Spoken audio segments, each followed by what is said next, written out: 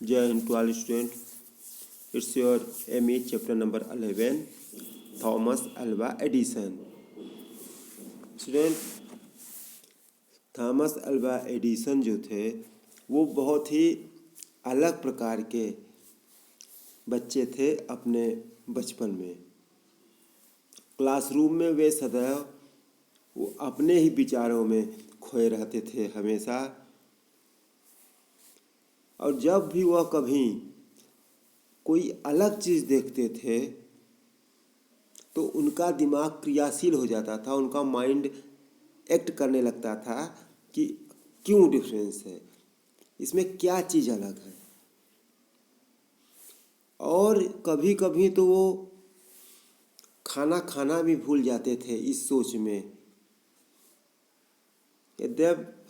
Edison के जो teacher थे उनको एक एवरेज स्टूडेंट मानते थे और बहुत अच्छा स्टूडेंट नहीं मानते थे.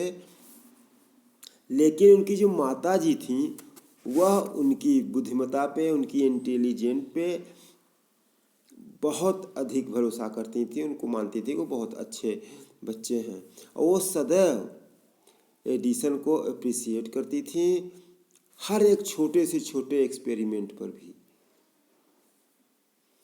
उनको हमेशा वो करेज करती थी, उत्साहित करती थी और कहती थी कि one day you would be a great man, मतलब एक दिन तुम एक महान व्यक्ति बनोगे.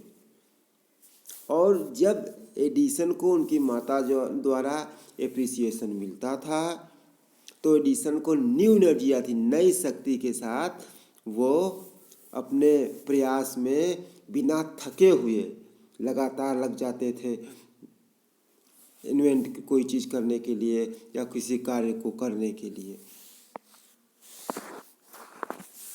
जब वे 12 ईयर के थे तब उन्होंने ट्रेन में न्यूज़पेपर सेल करना, न्यूज़पेपर बेचना चालू कर दिया और उससे जो भी पैसे वे कमाते थे वो अपने रिसर्च वर्क में, अनुसंधान कार्य में खर्च करते थे.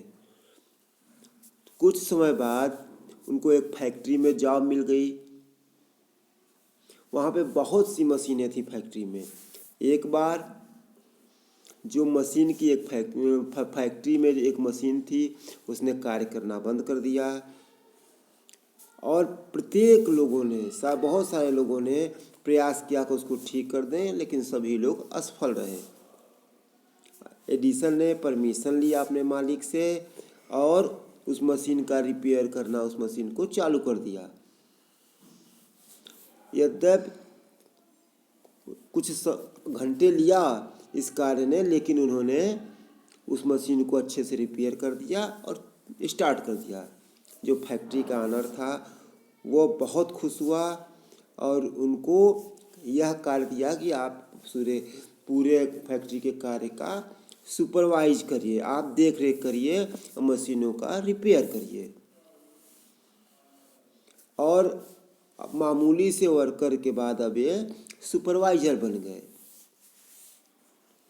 और ये जो कार्य इन्होंने किया उनको मोटिवेट किया उसने, उस कार्य ने. और इसके बाद उन्होंने बहुत सारे इन्वेंशन किए और इसीलिए उन्हें फादर ऑफ इन्वेंशन कहा जाता है, अनुसंधान के पिता कहा जाता है. उन्होंने इलेक्ट्रिक बल्ब, फैन, ग्रामोफोन इत्यादि बहुत सारे इन्वेंशन किए जो कि उनके बहुत ही सराहनीय कार्य हैं, बहुत ही अच्छे इन्वेंशन हैं.